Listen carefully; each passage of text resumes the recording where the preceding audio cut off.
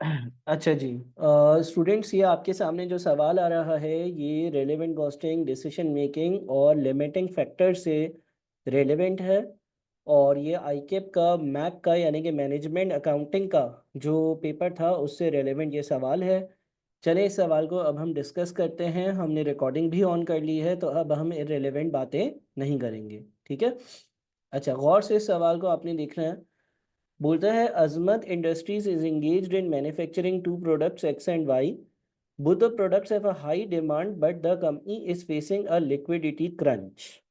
In view of the liberal credit policy being followed by the company, the finance director is of the opinion that sales of only 200 million can be financed through the present resources. अब यहाँ पर उसने यह highlight कर दिया कि अभी जो मौजूदा हमारे पास रिसोर्सेज हैं उससे आप जो है ना वो 200 मिलियन की सेल्स ही अचीव कर सकते हो।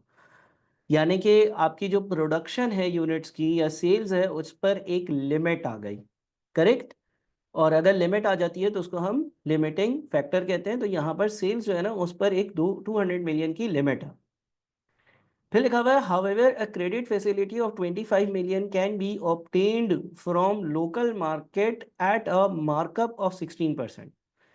लेकिन अगर मैं चाहूँ तो मैं 25 मिलियन की फाइनेंसिंग मजीद ऑब्टेन कर सकता हूँ एक लोकल बैंक से या लोकल मार्केट से, लेकिन उसके अगेंस्ट मुझे 16% का एक कॉस्ट देनी पड़ेगी, एक अमाउंट पे आउट करना पड़ेगा।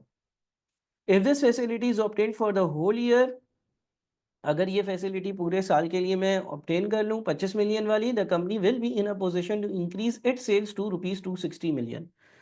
तो कंपनी की जो सेल्स 200 पर है वो 260 पर जा सकती है। The following data is available for the year ended 30th June 2008। फिर आपके पास कुछ डेटा दिया हुआ है X और Y का। मटेरियल है, लेबर है, वेरिएबल ओवरहेड्स है, सेलिंग प्राइस है और प्रोडक्शन पर मशीन आर। प्रोडक्शन पर मशीन आर का मतलब ये है कि मैं एक घंटे में कितने यूनिट्स बना सकता हूं, ठीक है। अगर मैं चाहूँ तो एक घंटे में एक्स के 8 और अगर मैं चाहूँ तो एक घंटे में वाई के 6 यूनिट्स बना सकता हूँ। The marketing director has informed that he has already made commitment for the supply of 40,000 units of X and 96,000 units of Y. Total available machine hours are 34,000। अब यहाँ पर दो चीज़ों की लिमिट नज़र आ रही है। नंबर वन, एक तो सेल्स की लिमिट आ रही है, कितनी है 200 मिलियन। अगर मैं फैसिलिटी को ऑप्ट नहीं करता, जो मुझे एक फैसिलिटी दी हुई है ना उसको ऑप्ट नहीं करता ना, तो मैं 200 मिलियन से ज़्यादा की सेल्स नहीं कर सकता। दूसरी क्या लिमिट है? हाँ जी, दूसरी लिमिट क्या नज़र आ रही है आपको? कोई और ऐसी रिसोर्स है, कोई और ऐसी चीज़ है जो लिमिटेड है? Machine hours. आपके पास जो मैक्सिमम मशीन आवर्स हैं वो 34,000 है, ठीक है। सवाल की रिक्वायरमेंट अगर देखें तो रिक्वायरमेंट में रिक्वायर्ड ए है calculate the maximum profit the company can achieve if the sale is restricted to rupees 200 million. वो ये कहता है कि अगर आप 200 मिलियन से ज़्यादा की सेल्स ना कर सको तो कंपनी का मैक्सिमम प्रॉफिट क्या हो सकता है, ये बताओ। बी में बोलता है determine whether it will be feasible for the company to obtain the credit facility. क्या कंपनी के लिए ये उसके हक में बेहतर होगा कि वो जो क्रेडिट फैसिलिटी है उसको ऑब्टेन करे या ना करे। तो हम पहला पार्ट करते हैं, यानी कि पार्ट ए करते हैं। पार्ट ए जो है उसमें आपके पास दो लिमिटिंग फैक्टर्स हैं। अब देखिए बज़ाहिर तौर पर डायरेक्टली ये सवाल नहीं आएगा, लेकिन यहाँ पर जब आप कुछ कैलकुलेशंस करेंगे ना तो आपको पता चलेगा कि शायद एक ही लिमिटिंग फैक्टर हो। कैसे, ज़रा देखते हैं। देखिए सबसे पहले क्या करना चाहिए, कोई बता सकता है? कौन सी ऐसी चीज़ है जिसकी कमिटमेंट हो चुकी है और उससे हम रिवर्स नहीं हो सकते? कौन सी ऐसी चीज़ है जिसकी कमिटमेंट हो चुकी है और उससे हम रिवर्स नहीं हो सकते? वो तो हमें करनी ही करनी है। यहाँ पर लिखा हुआ है कि कुछ ऐसी सेल्स है जो हमने एक्स और वाई की जो है वो कमिटमेंट कर दी है कि भाई ये सेल तो हम करेंगे ही करेंगे, ठीक है। कुछ अमाउंट एक्स का और कुछ अमाउंट वाई का ऐसा है सेल्स का जो हमें करना ही करना है, जो लाजमी है, जिसकी कमिटमेंट हो चुकी है, जिससे हम पीछे नहीं आ सकते। एक्स के 40,000 और वाई के 96,000 यूनिट्स मुझे बनाने ही बनाने पड़ेंगे, इसमें मैं बैकआउट नहीं कर सकता। ठीक है, तो ये यूनिट्स तो मैं बनाऊंगा ही बनाऊंगा। जाहिर है इन स्पेसिफिक यूनिट्स का कोई सेल्स रेवेन्यू भी होगा, तो अब वो टोटल जो लिमिट है वो 200 मिलियन से भी कम हो जाएगी। बात समझ रहे हैं? वो जो टोटल लिमिट है वो 200 मिलियन से भी कम हो जाएगी। तो अब जरा इस चीज को हम यहाँ पर वर्कआउट करते हैं। देखिए आपके पास लिखा हुआ है marketing director has inform that he has already made commitments. इसने कमिटमेंट्स करी हुई हैं क्या? एक्स की और वाई की। कितने यूनिट्स की? एक्स के 40,000 यूनिट्स, वाई के 96,000 यूनिट्स। इसने बोला भाई ये यूनिट्स तो मुझे कमिटेड है, यानी कि बेचने ही है, इसमें तो कोई दो राय नहीं है।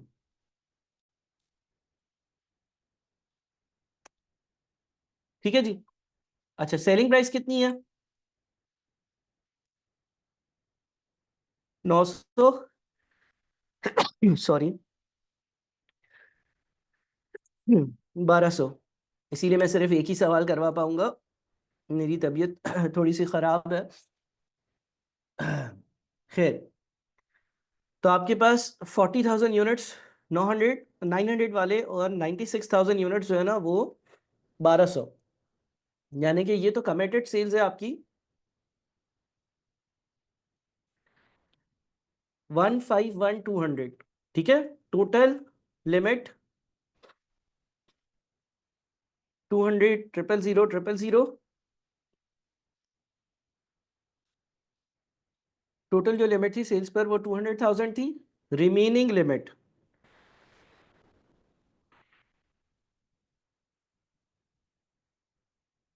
ये अब आपके पास जो है ना बाकी ये वैल्यू इतनी तो सेल्स मुझे करनी ही है ना, इतनी तो सेल्स मुझे करनी ही है एक्स के और वाई के 40 और 96,000 यूनिट्स बेचने के लिए। टोटल लिमिट इतनी थी, जब इतनी सेल्स मैं कर लूंगा तो अब मेरे पास 48.8 मिलियन का मार्जिन बाकी है, यानी कि अब मैं मजीद 48.8 मिलियन की सेल्स कर सकता हूँ, जिसमें मैं सेलेक्ट करूंगा कि अब मैं एक्स बेचूं या वाई बेचूं। यहाँ तक प्यारे बच्चों, कोई सवाल है अगर आपका तो मुझे बता दें, मैं उस सवाल को आपके एड्रेस कर दूं। यहाँ तक तो हमने बिल्कुल बेसिक वर्किंग करी है, किसी ने अभी भी ज्वाइन किया होगा वो अगर जल्दी से सवाल को पढ़ेगा और चीज़ें देखेगा तो समझ जाएगा। अच्छा, अब जब हम बात करते हैं लिमिटिंग फैक्टर के सवालों की, तो देखो आपको घबराना नहीं है अगर किसी सवाल में आपने दो लिमिटिंग फैक्टर देख लिए। यहाँ पर आपने दो लिमिटिंग फैक्टर देख लिए, हो सकता है कि एक लिमिटिंग फैक्टर हो ही ना। अब लिमिटिंग फैक्टर के केस में क्या करते थे? हम कंट्रीब्यूशन पर यूनिट ढूंढते थे, कंट्रीब्यूशन पर यूनिट को लिमिटिंग फैक्टर से डिवाइड करते थे और फिर रैंकिंग करते थे। ऐसा याद है ना? ठीक है, तो हम एक काम करते हैं ना, हम कंट्रीब्यूशन पर यूनिट ढूंढते हैं। सही है, हम एक काम करते हैं, हम जो है वो यहाँ पर दोबारा से ऐसा ही टेबल बनाते हैं। मैं यहाँ पे लिखता हूँ कंट्रीब्यूशन पर यूनिट। ठीक है, कंट्रीब्यूशन पर यूनिट लिखता हूँ और कंट्रीब्यूशन पर यूनिट यहाँ पर और यहाँ पर सेलिंग प्राइस लिख देता हूँ। ठीक है, और यहाँ पर सी एस रेशियो ढूंढ लूंगा। सी एस रेशियो ढूंढने की क्या लॉजिक है वो अभी बताता हूँ। पहले हम सेलिंग प्राइस लिख लें जो कि 900 और 1200 है। कंट्रीब्यूशन पर यूनिट कैसे आएगी? 900 की अगर सेलिंग प्राइस है उसमें से मटेरियल का 300 माइनस होगा, लेबर का 180 माइनस होगा, वेरिएबल ओवरहेड्स का 160 माइनस होगा। ये तीन चीज़ें ही हैं माइनस करने वाली, ये तीन चीज़ें माइनस हो जाएंगी। अच्छा यहाँ पर 1200 है, 1200 में से 700 रुपये मटीरियल के माइनस होंगे, 150 रुपये लेबर के माइनस होंगे, 180 रुपये ओवरहेड्स के माइनस होंगे। ऐसा कर कर यहाँ पर बच जाएगा 170। क्या ये बात समझ में आ रही है? हाँ जी, ये बात क्लियर है। अच्छा अब यहाँ पर है सर दो लिमिटिंग फैक्टर। अब यहाँ पर है दो लिमिटिंग फैक्टर, हमें उन दोनों को साथ लेकर चलना है। पहला लिमिटिंग फैक्टर क्या है? पहला लिमिटिंग फैक्टर है सेल्स की वैल्यू।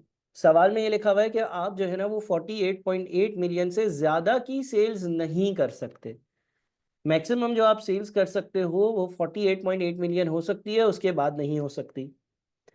तो मेरा जो डिसीजन होगा ना वो सीएस रेशो पे बेस्ड होगा। क्यों? क्योंकि हम कंट्रीब्यूशन पर लिमिटिंग फैक्टर कैसे निकालते हैं? हम कंट्रीब्यूशन पर यूनिट को उसका जो रेलेवेंट लिमिटिंग फैक्टर होता है ना उससे डिवाइड करते हैं। तो यहां पर हम जो है वो 260 को 900 से और 170 को 1200 से डिवाइड करते हैं।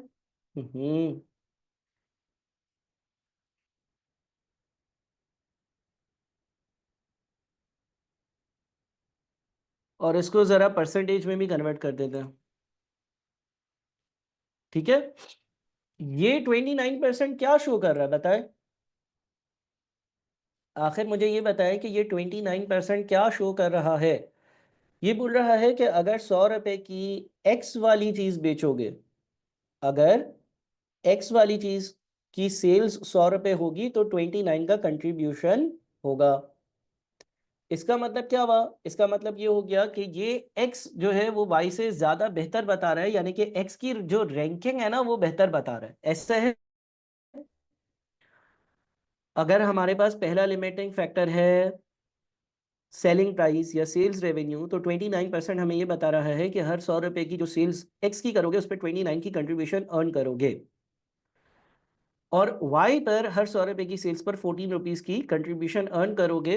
लिहाजा यहां पर तो ऐसा लग रहा है कि सवाल हमें इंडिकेट कर रहा है कि पहले क्या बनाना। सवाल हमें इंडिकेट कर रहा है कि पहले x बनाना और उसके बाद क्या बनाना? y बनाना। समझ आ रही है मेरी बात? ठीक है जी, ये हमने रैंकिंग करी है ना, ये हमने रैंकिंग करी है based on C S ratio. लेकिन सर यहाँ पर एक और प्रॉब्लम भी है, यहाँ पर लेबर के आवर्स भी तो लिमिटेड थे, और अगर लेबर के आवर्स भी लिमिटेड थे तो उस हिसाब से भी रैंकिंग हो सकती थी। हो सकता है कि वो बताता कि वाई बना दो, डिफरेंट आंसर दे देता। तो उसको ज़रा सर चेक करवाएं आप कि उस केस में हम क्या करें। तो अब मुझे बताओ, प्रोडक्शन कितनी होती है? देखो, एक मिनट, इसको ऐसे करते हैं। यहाँ पे लिखा हुआ है प्रोडक्शन पर मशीन आर। प्रोडक्शन पर मशीन आर का क्या मतलब है? अलिशबा सी एस रेशो बेटा इसलिए निकाला क्योंकि सेल्स हमारा लिमिटिंग फैक्टर है ना। सेल्स हमारा क्या है? लिमिटिंग फैक्टर है। हम रैंकिंग कैसे करते हैं? हम कंट्रीब्यूशन पर यूनिट को लिमिटिंग फैक्टर से डिवाइड करते हैं ना। हमारे पास x के एक यूनिट की कंट्रीब्यूशन 260 है और उसका सेलिंग प्राइस या सेल्स रेवेन्यू का अमाउंट 900 है। तो हम कंट्रीब्यूशन पर लिमिटिंग फैक्टर कैसे निकालेंगे? अगर लेट से ये 900 लेबर आवर्स होते, मशीन आवर्स होते, तो भी हम यही काम करते ना। हम जो रैंकिंग करते हैं सीएस रेशो के सवालों में या डिसीजन मेकिंग में, जिस तरह से हम रैंकिंग करते हैं, हम क्या करते हैं? हम कंट्रीब्यूशन पर यूनिट को उस एक यूनिट के लेबर आवर्स से डिवाइड करते हैं, या कंट्रीब्यूशन पर यूनिट को उस एक यूनिट के मशीन आवर्स से डिवाइड करते हैं, या कंट्रीब्यूशन पर यूनिट को उस एक यूनिट के अगर सेलिंग प्राइस या सेल्स रेवेन्यू लिमिटिंग फैक्टर है तो सेलिंग प्राइस से डिवाइड करते हैं। तो इफेक्टिवली यहाँ पर सी एस रेशो आ जाता है जो सजेस्ट कर रहा है कि एक्स की प्रोडक्शन करना ज़्यादा बेहतर है। हर 100 रुपए की जो एक्स की सेल होगी उस पर आप 29 का कंट्रीब्यूशन जनरेट करोगे, लेकिन हर 100 रुपए की जो वाई की सेल्स होगी उस पर सिर्फ और सिर्फ 14 रुपीज़ का कंट्रीब्यूशन जनरेट करोगे। ज़्यादा कंट्रीब्यूशन अर्न करना बेहतर होता है। क्लियर है ये बात? अच्छा, दूसरा आपका जो लिमिटिंग फैक्टर है ना वो आपके पास लेबर आवर्स है। अब कंट्रीब्यूशन पर लेबर आवर कैसे निकलेगा? देखिए, दूसरी चीज हम क्या करते थे, कंट्रीब्यूशन पर यूनिट को हम डिवाइड कर देते थे उस प्रोडक्ट में जितने भी उसको बनाने के लिए लेबर आवर्स लगे हैं। तो कंट्रीब्यूशन पर लेबर आवर कैसे निकाल सकते हैं आप बताएं? कंट्रीब्यूशन पर लेबर आवर कोई किसी ने निकाला है? कैसे आएगा कंट्रीब्यूशन पर लेबर आवर? कंट्रीब्यूशन पर लेबर आवर का मतलब ये है कि अगर 1 घंटा लेबर का एक्स की प्रोडक्शन के लिए लगाया जाए तो एक्स कितनी कंट्रीब्यूशन कमा कर देगा। कंट्रीब्यूशन पर लेबर आवर वाई के लिए अगर 1 घंटा मजदूरों को या मशीन आवर्स है, सॉरी यहाँ पर मशीन आवर्स है ना, कंट्रीब्यूशन पर मशीन आवर, मजदूरों को 1 घंटा यहाँ पर लगाया जाए तो कितनी कंट्रीब्यूशन जनरेट होगी। अच्छा देखिए, आपने जो है ना अंधा नहीं हो जाना, ठीक है, ना किसी के प्यार में ना कॉस्टिंग में। आपने अपनी पूरी सलाहियत जो अल्लाह ताला ने दी है उसका इस्तेमाल कर कर और अच्छा सा जवाब देना है। क्या होगा, कोई बता सकता है? क्या मैं 260 को 8 से डिवाइड कर दूं? क्योंकि हर सवाल में ऐसे ही करता आया हूं कि कोई कंट्रीब्यूशन पर यूनिट होती है और लेबर आवर्स पर यूनिट होते हैं, उससे मैं डिवाइड कर लेता हूं। मैं तो अंधा हूं, ठीक है, मैं कुछ सोचता समझता नहीं हूं। मुझे कुछ चीज़ें ऐसी ही नज़र आती हैं जैसी पिछले सवाल में थी, तो मैं बस जैसे उसमें डिवाइड करता था ऐसे ही यहाँ पर दे धनाधन डिवाइड कर देता हूँ। फिर मैं जब फेल हो जाता हूँ तो मैं बोलता हूँ पेपर मुश्किल था। बेटा, क्या आपको यहाँ पर ये बात लिख कर दी है कि एक यूनिट बनाने के लिए 8 घंटे लगते हैं?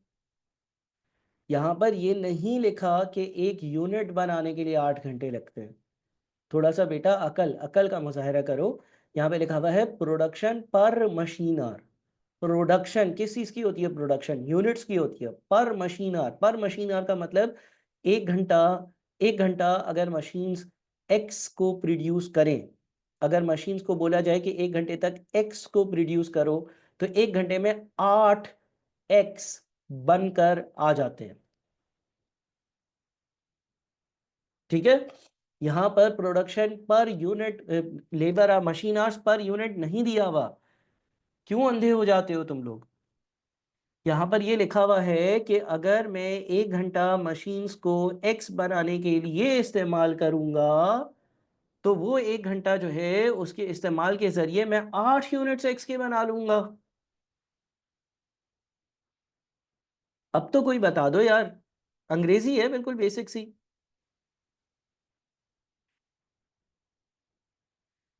देखो, कंट्रीब्यूशन पर मशीन आवर का मकसद ये होता है कि एक मशीन आवर में कितनी कंट्रीब्यूशन जनरेट हो रही है। यहां पर एक एक्स का यूनिट 260 की कंट्रीब्यूशन दे रहा है। एक्स का एक यूनिट कितनी कंट्रीब्यूशन दे रहा है? एक्स का एक यूनिट अगर मैं बनाकर बेचता हूं, एक्स का एक यूनिट में बनाकर बेचता हूं तो 260 की कंट्रीब्यूशन जनरेट होती है, हाँ या नहीं? अगर मैं 1 घंटे तक यही काम करता रहूंगा, अगर मैं 1 घंटे तक एक्स की ही प्रोडक्शन करूंगा तो 1 घंटे में कितने एक्स बनेंगे? 1 घंटे में कितने एक्स बनेंगे? 8 एक्स बनेंगे। और हर एक्स मुझे 260 कमा कर दे रहा होगा। अल्लाह को मानो, शुक्र अल्लाह का। मोहम्मद अली एक यूनिट 260 की कंट्रीब्यूशन देता है। अगर मैंने मशीन्स को बोला कि 1 घंटे तक एक्स बनाते रहो तो 8 एक्स बनेंगे और हर एक्स जो है वो 260 की कंट्रीब्यूशन देगा। तो कंट्रीब्यूशन पर मशीन आर यानी कि 1 घंटा मशीन्स को अगर एक्स बनाने के लिए लगाया जाए तो वो 260 इंटू 8, क्योंकि 8 यूनिट्स बनेंगे और हर यूनिट से 260 की कंट्रीब्यूशन आएगी। तो 260 इंटू 8 यानी कि 2080 की कंट्रीब्यूशन आएगी। अब वाई का बताएं, वाई का बताएं। ठीक है, वाई का बताएं। 1 घंटे में 6 यूनिट्स वाई के बनेंगे। एक यूनिट 170 की कंट्रीब्यूशन अगर देता है तो 1 घंटे में अगर 6 वाई बनाकर मैं बेचूंगा, हर वाई से 170 की कंट्रीब्यूशन अगर आएगी तो 6 वाई से टोटल 1020 की कंट्रीब्यूशन आएगी। ऊपर वाला फ्लोर क्यों नहीं चलाते हो बेटा? अच्छा सर, हम तो लकीर के फकीर हैं, हमने तो यही सीखा है कि डिवाइड करेंगे, चाहे कुछ भी हो जाए हम डिवाइड करेंगे। तो भाई उस केस में आप क्या करोगे? उस केस में आप जो है ना वो पहले कैलकुलेट कर लो machine hours per unit. Machine hours per unit का क्या मतलब है? मशीन आवर्स पर यूनिट का मतलब ये है कि एक यूनिट कितने घंटे में बनेगा, एक यूनिट कितने घंटे में बनेगा। क्या करेंगे बताएं, शाबाश जल्दी से। अगर मुझे ये मालूम करना है कि एक यूनिट कितनी देर में बनता है, अगर मुझे ये मालूम करना है कि एक यूनिट कितनी देर में बनता है घंटों के हिसाब से, आवर्स के हिसाब से, तो मैं ये बोलूंगा कि एक घंटे में, क्योंकि 8 यूनिट्स बनते हैं। अरे यार बेटा, घंटे के 8 हिस्से करने हैं ना, या 8 का एक हिस्सा करना है? कमाल, लेवल है भाई, लेवल। एग्जाम है बेटा आप लोगों के। देखिए, एक घंटा है, एक घंटे के 8 हिस्से करने हैं ना बेटा, एक घंटा है उसके 8 हिस्से करने हैं यार। कम ऑन भाई, एक घंटे में 8 चीजें बनती हैं, तो एक चीज एक घंटे से भी कम में बनती होगी ना, कम टाइम लेती होगी, तो आप डिवाइड करोगे ना, एक घंटे के 8 हिस्से करोगे। ठीक है, एक घंटे के 8 हिस्से करोगे भाई, एक घंटे के 8 हिस्से करोगे। 0.125 आवर्स में पहला यूनिट बना, फिर 125 आवर्स में दूसरा यूनिट, फिर 0.125 आवर्स में तीसरा यूनिट, इस तरह से 8 यूनिट्स बनेंगे, तो एक घंटा पूरा हो जाएगा। अब बताओ, एक घंटे में 6 वाई बनता है, तो एक वाई कितनी देर में बनता होगा? 1 को आप 6 से डिवाइड कर दो। 1 को 6 से अगर डिवाइड कर देते हैं, तो इसका मतलब ये हो गया कि हम एक घंटे के 6 हिस्से कर रहे हैं। एक घंटे में 6 चीजें बन रही हैं, तो एक चीज कितनी देर में बनेगी? 0.167 आवर्स में बनेगी। अब सर हमने जो पढ़ा है ना, मस्त मलंग अंधाधुन firing, no concepts, divide only, हमने तो यही पढ़ा है बचपन से। ये कैसा सवाल आप ले आए वर्कशॉप पे? हमने तो यही पढ़ा है कि बस यहाँ पर कंट्रीब्यूशन पर यूनिट, नीचे पर machine hours per unit, divide कर देना। तो भाई आ जाओ तुम इसी इसी सीक्वेंस पर आ जाओ। लेकिन ये हरकत अगर आपने करी होती एग्जाम्स में, तो आई कैप आपको बुलाता वापस, क्योंकि आप लोग तो सोच ही नहीं रहे थे ना। आपने बोला 260, 260 डिवाइडेड बाई 8, 170, 170 डिवाइडेड बाई 6, क्या आसान सवाल है पप्पू। थोड़ा सा दिमाग इस्तेमाल करा करें बेटा। अच्छा, अब देखें कंट्रीब्यूशन पर मशीन आवर के हिसाब से, चाहे आप ये वाली वर्किंग करें चाहे ये वाली वर्किंग करें, कंट्रीब्यूशन पर मशीन आवर के हिसाब से रैंकिंग किसकी बेहतर है? अगेन एक्स की रैंकिंग ही बेहतर है। तो ऑल्दो इस सवाल में दो लिमिटिंग फैक्टर है, ऑल्दो इस स्पेसिफिक सवाल में दो लिमिटिंग फैक्टर है, लेकिन दोनों के दोनों लिमिटिंग फैक्टर आपको एक ही तरफ लेकर जा रहे हैं। दोनों लिमिटिंग फैक्टर आपको एक ही चीज सजेस्ट कर रहे हैं, और वो ये सजेस्ट कर रहे हैं कि पहले एक्स बनाना और उसके बाद वाई बनाना। क्या ये समझ में आई बात? ठीक है जी। तो हम पहले एक्स बनाएंगे और उसके बाद फिर वाई बनाएंगे। अब देखें, अब चाहे 10 लिमिटिंग फैक्टर हो, 20 हो, देखें ना, एक रूम में 20 लोग हैं, सब वही काम बोल रहे हैं। ऑल्दो इस सवाल में दो लिमिटिंग फैक्टर है, ऑल्दो इस सवाल में दो लिमिटिंग फैक्टर है, लेकिन दोनों लिमिटिंग फैक्टर आपको एक ही चीज सजेस्ट कर रहे हैं, कोई इन्होंने में डिस्प्यूट नहीं है।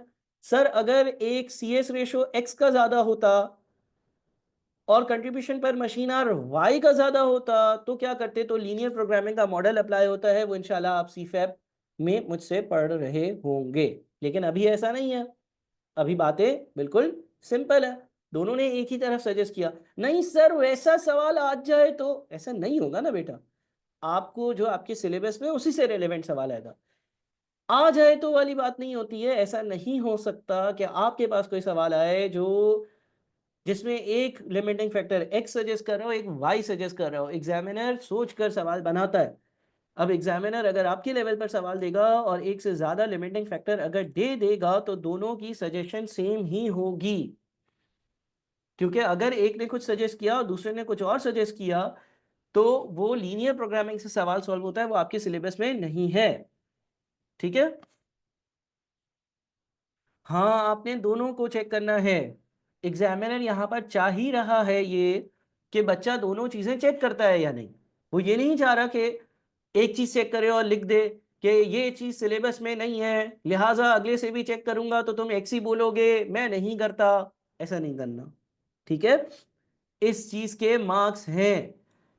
ऐसा नहीं कि तुम एक चीज करो और तुम यहां पर नोट लिखकर आ जाओ कि लीनियर प्रोग्रामिंग सिलेबस में नहीं है, सी एस रेशो के हिसाब से एक्स अच्छा आ रहा है, तो मशीन आवर्स के हिसाब से भी एक्स अच्छा आएगा। मैं सॉल्व नहीं करता, मैं तुमसे ज्यादा होशियार हूँ। वो बोलेगा भाई वर्किंग कहाँ है तुम्हारी, ठीक है।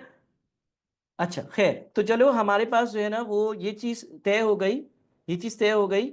एक सेकेंड।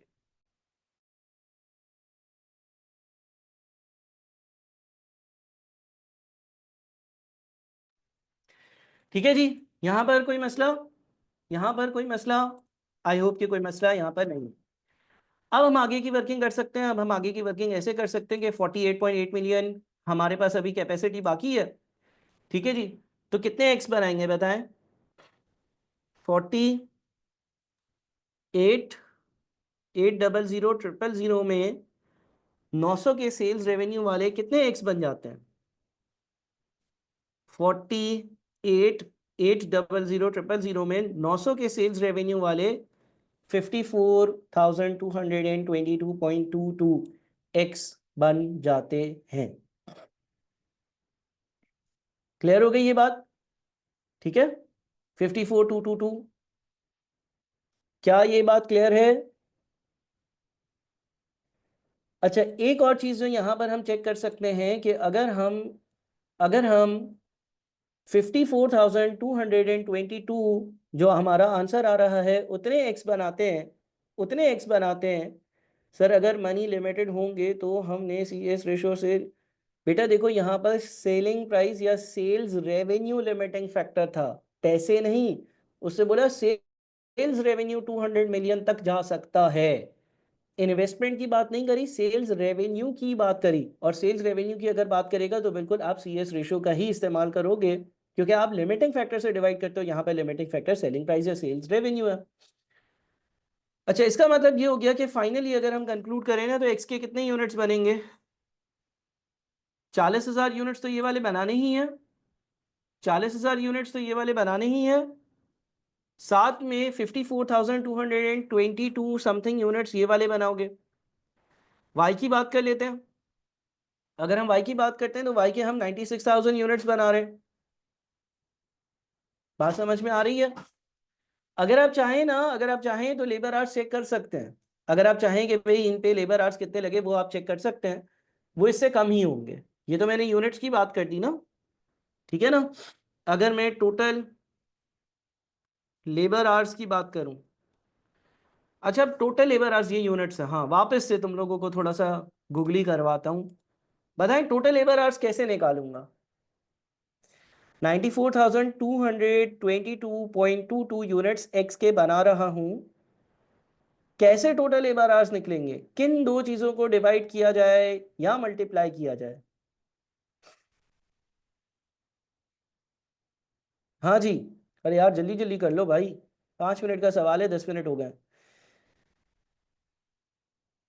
देखें टोटल लेबर आवर्स निकालने के लिए या तो आप बोले 94,222.22 समथिंग यूनिट्स है, हर यूनिट 0.125 आवर्स में बनता है, तो आप इसको इससे मल्टीप्लाई कर दें, ठीक है। लेकिन सर आपने जो सोचा था ना, आपने तो हमें बोला कि ये वर्किंग ही ना करो, आपने बोला सर ये वर्किंग ही ना करो। तो अगर आप ये वर्किंग नहीं करते, अगर आप ये वर्किंग नहीं करते तो 94,222.22 यूनिट्स बनाने हैं, 1 घंटे में 8 यूनिट्स बनते हैं। तो डिवाइड करने से मुझे पता चल जाएगा ना कि कितने घंटे लगेंगे। टोटल यूनिट्स है और आवर्स पर यूनिट है। लेट से 10 यूनिट्स हैं और 1 घंटे में 5 यूनिट्स बनते हैं, तो 10 को 5 से डिवाइड करोगे तो 2 आंसर आ जाएगा। लेट से 50 यूनिट्स बनाते थे, 1 घंटे में 10 यूनिट्स बनते हैं, तो 50 को 10 से डिवाइड करोगे तो 5 घंटे आंसर आ जाएगा। इसी तरह से 94,222.22 यूनिट्स अगर बनाने हैं और 1 घंटे में 8 यूनिट्स बनते हैं, तो इन यूनिट्स को बनाने के लिए 11,777.78 आवर्स लगेंगे। और इसी तरह से 96,000 को आप डिवाइड कर दोगे 6 से, तो आप अगर टोटल आवर्स देखते हो तो ये 27,777.78 आवर्स है, जो आपकी जो लिमिट थी ना उसके अंदर मौजूद है, ठीक है जी। फाइनली आंसर अगर कैलकुलेट कर लें तो उसने हमें ये बोला था कि calculate the maximum profit the company can achieve if the sale is restricted to 200 million.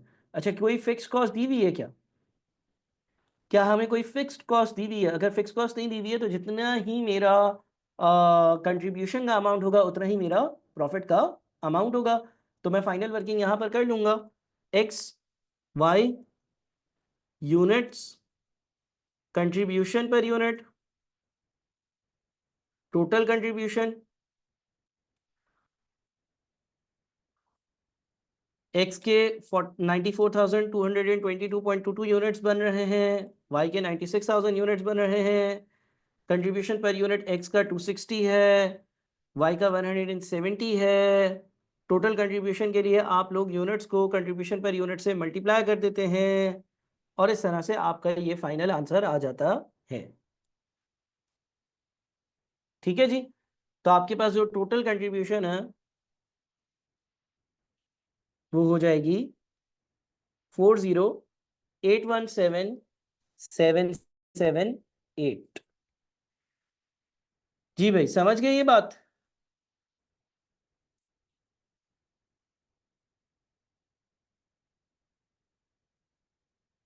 अच्छा, अगले पार्ट में उसने बोला है कि determine whether it will be feasible for the company to obtain the credit facility। आप ये डिटरमाइन करो कि कंपनी अगर क्रेडिट फैसिलिटी ले ले तो वो कंपनी के लिए बेनिफिशियल है या नहीं है। यानी कि अब हमें रेलेवेंट कॉस्टिंग करनी है। रेलेवेंट कॉस्टिंग का मतलब ये है कि हम देखेंगे कि ऐसा करने से हमें क्या फायदे हो रहे हैं, क्या आ रहा है और क्या जा रहा है। हाँ बिल्कुल अब्दुल अहद, अगर यहाँ पर सेल्स लिमिटिंग फैक्टर नहीं होता और मशीन आवर्स होते तो फिर तो हम 34,000 आवर्स तक प्रोडक्शन को लेकर जाते। बिल्कुल सही कह रहे हो। मैं दूसरे बच्चों को भी बता दूं, देखें यहाँ पर हमारे जो लेबर आवर्स कंज्यूम हो रहे हैं वो 27,777.78 कंज्यूम हो रहे हैं, बिकॉज यहाँ पर रेवेन्यू वाली लिमिट जो है वो क्रॉस हो चुकी है, तो अब मैं मज़ीद प्रोडक्शन नहीं करूँगा। लेकिन अगर इस सवाल में सेल्स की कोई भी लिमिट ना होती तो उस केस में मैं मज़ीद यूनिट्स की प्रोडक्शन करता, वहाँ तक जहाँ तक 34,000 आवर्स पूरे के पूरे कंज्यूम नहीं हो जाते, जैसा कि ट्रेडिशनली किसी भी सवाल में किया जा रहा होता है। क्लियर है? अच्छा, determine whether it will be feasible for the company to obtain the credit facility. देखिए क्रेडिट फैसिलिटी से हो क्या रहा है। The finance director is of the opinion that the sales of only 200 million can be financed through the present resources, और ये 260 पर चली जाएगी। इसका मतलब अगर मैं क्रेडिट फैसिलिटी ऑप्ट कर लेता हूं तो इंक्रीज इन सेल्स रेवेन्यू क्या होगा। क्रेडिट फैसिलिटी ऑप्टेन करता हूं तो 260 मिलियन माइनस 200 मिलियन।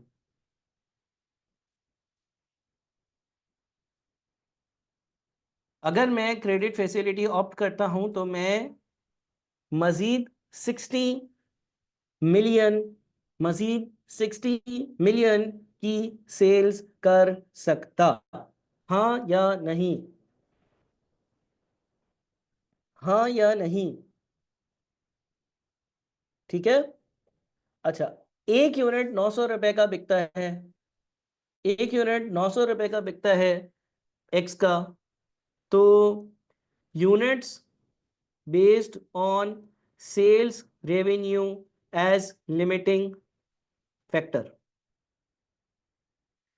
अगर मैं फॉर टाइमिंग 1 मिनट के लिए, 30 सेकंड के लिए, 15 सेकंड के लिए मशीन आवर्स वाली लिमिट को इग्नोर कर दूं तो मैं बोलता कि भाई 60 मिलियन में मैं 900 के हिसाब से कितने यूनिट्स और बना सकता हूं। 60 मिलियन में मैं 900 के हिसाब से 66,666.7 जो भी है वो यूनिट्स में बना सकता हूं। अब यहां पर हम जनरली जो हमारे दूसरे सवाल होता है ना, हम यहां पर रुक जाते हैं। हम बोलते हैं भाई हमें 60 मिलियन सेल्स रेवेन्यू मजीद हो सकता है, एक यूनिट जो है उससे 900 की सेलिंग प्राइस होगी, तो 60 मिलियन में हम जो है ना वो मजीद इतने यूनिट्स बनाकर बेच सकेंगे। लेकिन क्या मैं यहाँ पर, प्यारे बच्चों गौर से दिमाग से सोच कर प्लीज़ बताएं, क्या मैं यहाँ पर रुक जाऊं? क्या मैं यहाँ पर रुक जाऊं? क्या मैं आगे बढ़ूं? क्या कोई और चीज़ चेक करनी है? क्या चीज़ चेक करनी है इस सवाल में? इस सवाल में हमें ये चेक करना है कि 66,666.7667766 जो भी है, इतने यूनिट्स बनाने के लिए मशीन आवर्स की अवेलेबिलिटी भी है या नहीं। ऐसा तो नहीं है कि ये यूनिट जो है बचे हुए मशीन आवर्स में बन ही नहीं सकते। ऐसा तो नहीं है कि ये यूनिट्स बचे हुए मशीन आवर्स में बन ही ना सकते हों। तो हमारे पास जो टोटल अवेलेबल आवर्स थे वो थे 34,000। इसमें से हमने ऑलरेडी कंज्यूम्ड या कंज्यूम कितने कर लिए थे, इस्तेमाल कितने कर लिए थे, 27,777.78। तो इसका मतलब ये हो गया कि जो रिमेनिंग आवर्स हैं, जो बचे हुए आवर्स हैं जिसका मैं मजीद काम कर सकता हूँ, वो सिर्फ और सिर्फ 62,222 आवर्स हैं। ये सारी कहानी घंटों की है। ठीक है, जिसका साबुन स्लो है अटक नहीं जाना बेटा। यूनिट्स की बात नहीं कर रहा, किसकी बात कर रहा हूँ, घंटा। ठीक है, मैंने ये देखा टोटल 34,000 आवर्स सवाल में अवेलेबल थे। 27,778 आवर्स जो है वो तो कंज्यूम हो चुके हैं। तो अब बच गए 66,222 आवर्स। ठीक है, 6,222 आवर्स बच गए। ठीक है, अब इसके हिसाब से अगर मैं यहाँ पे देखूँ units based on remaining hours. Sir अगर आपके पास जो आवर्स बचे हुए हैं वो हैं 62,222 और 1 घंटे में 8 यूनिट्स बनते हैं, तो आप तो 49,777 से ज़्यादा यूनिट्स ही नहीं बना सकते। ठीक है, बात समझ में आई। 6,222 आवर्स अवेलेबल थे, 1 घंटे में आप 8 यूनिट्स बना लोगे, तो इन घंटों में आप इतने यूनिट्स बना सकोगे। और जब इतने यूनिट्स बनाओगे तो होगा ये कि आपके number of hours fully consume हो चुके होंगे। तो अब बताओ मेरी प्रोडक्शन कितनी होगी।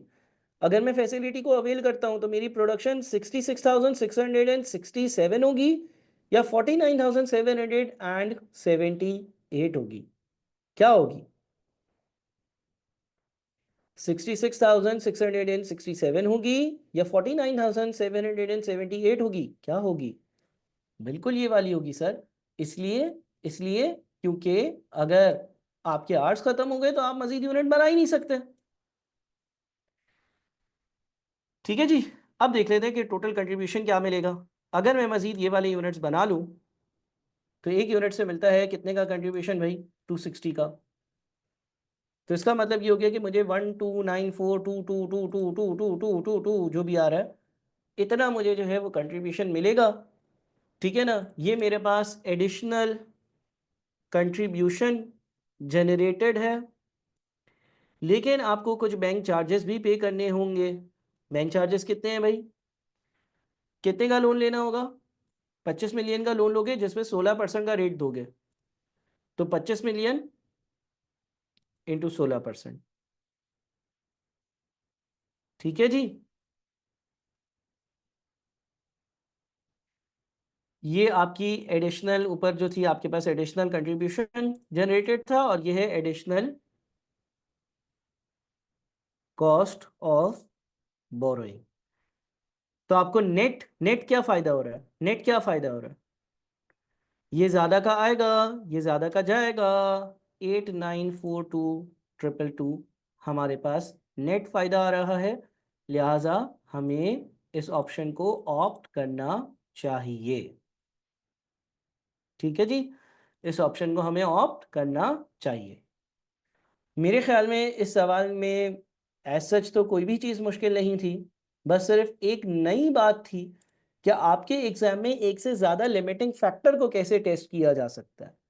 अलबत्ता जैसे मैंने बोला कि देखो अपने दिमाग में अगर अगर अगर ये करोगे ना तो अगर मगर के ही रह जाओगे, अगर वाले सवाल नहीं करना।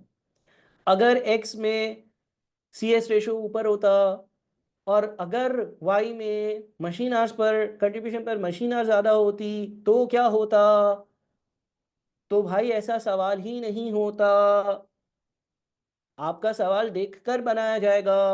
अलबत्ता इस तरह का सवाल आपका डिसीजन मेकिंग का, रेलेवेंट कॉस्टिंग का with more than one limiting factor आ सकता है, जिसमें दोनों लिमिटिंग फैक्टर्स के जरिए एक ही तरफ आप पहुंच रहे हो। क्या कोई नॉलेज में एडिशन हुई, सर लेबर कॉस्टिंग के क्वेश्चंस की समझ नहीं आती एग्जाम्स वाले जो होते हैं।